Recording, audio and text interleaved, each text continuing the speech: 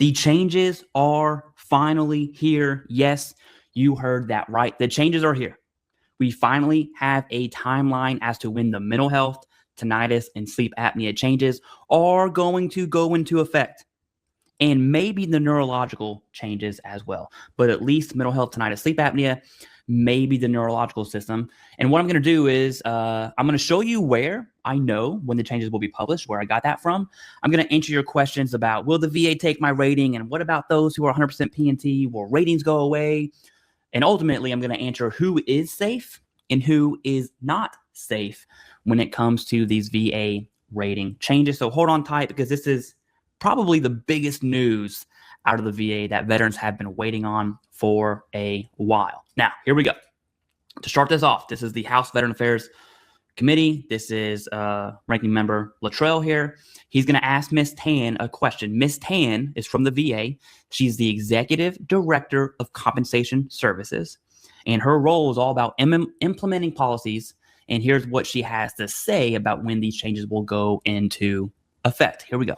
2020. Do you have a date? I'm big on dates, because the day after this thing goes hot, I would like you and Dr. Sokol sitting in front of us and assuring us that we got a green light and we're good to go. Do you have We anticipate our remaining final rules to be published around the summer of 2026. Summer 26?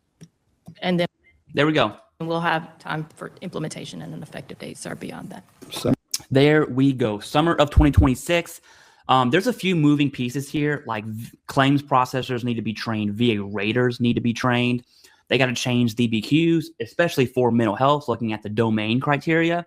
There's a lot of things that need to happen, but summer of 2026, not from me, not from some dude in his basement making videos, but from the Executive Director of Compensation Services from the VA. There we go. That's where I got it from. That happened yesterday, January 12th.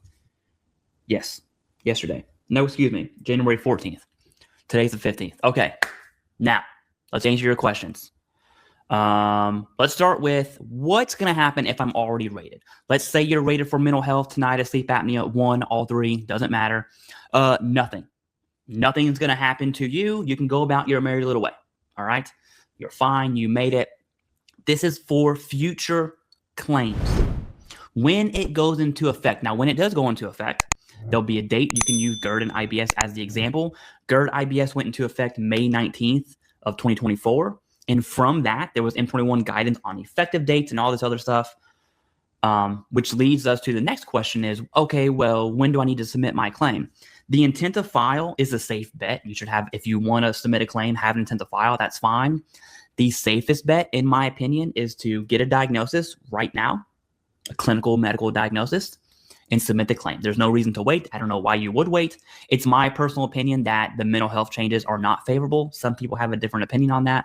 I hope I'm wrong. We're going to have to wait and see. But there's no reason as to why you would wait to file your claim. You need to do it now. If you can't find a VSO to help you, if you need someone to look at your evidence, email us, vaclaims@ebvaclaims.com. You'll see that down below in the pinned comment and description here. But anyways, there we go. It's only for future claims. Then you ask the question, what if I'm 100% P&T? Is it going to go away? No, it's not. You already rated. Don't worry about it. You made it. You're safe. Now, don't go submitting more claims, right? Because future claims are a whole nother ballgame. And then let's answer the question of who is safe and who is not safe. And some people will say who is grandfathered in and who's not. It's simple. If you are already rated, you are fine.